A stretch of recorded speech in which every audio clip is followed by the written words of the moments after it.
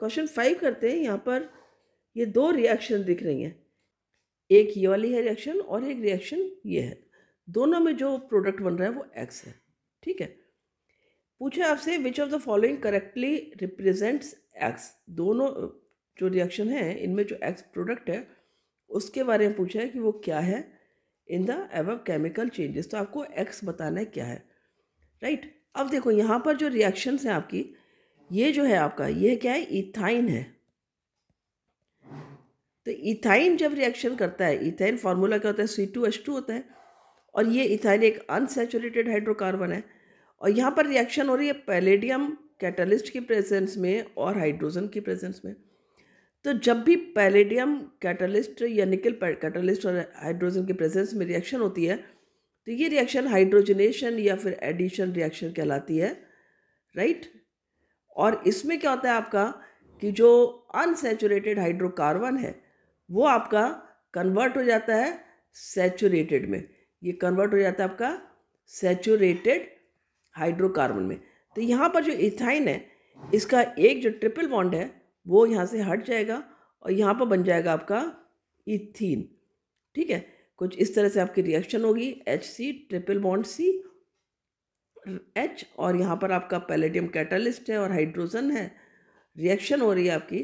तो यहाँ पर क्या होगा आपका कि जो C है और यहाँ पर डबल बॉन्ड C हो जाएगा और यहाँ पर H लग जाएंगे दोनों, यानी कि यहाँ पर दो हाइड्रोजन यहाँ पर जुड़ जाएंगे और इस तरह से ये इथाइन जो है वो कन्वर्ट हो जाएगा इथीन में।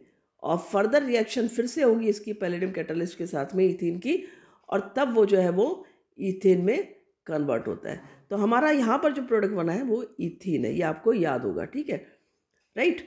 तो इस तरह से ये हमारा पहली रिएक्शन में देख ली। दूसरी रिएक्शन हमारी इथेनॉल।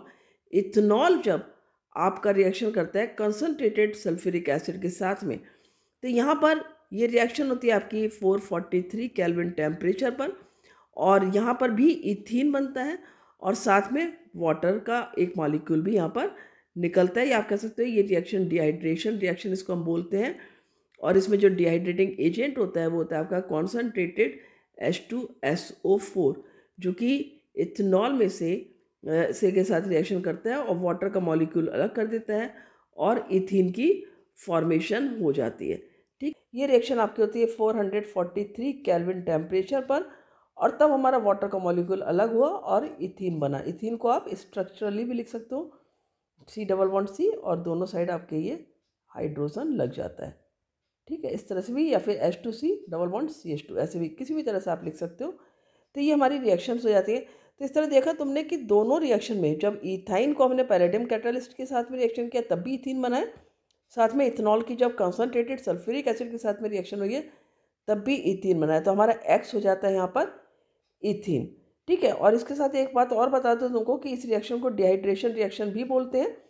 जो आपका इथेनॉल है और इथीन में कन्वर्ट हो रहा है, वाटर मॉलिक्यूल अलग हो रहा है, इसीलिए इसको डिहाइड्रेशन रिएक्शन बोलते हैं। और इसमें पूछा जाता है कई बार कि इस रिएक्शन में डिहाइड्रेटिंग एजेंट क्या है।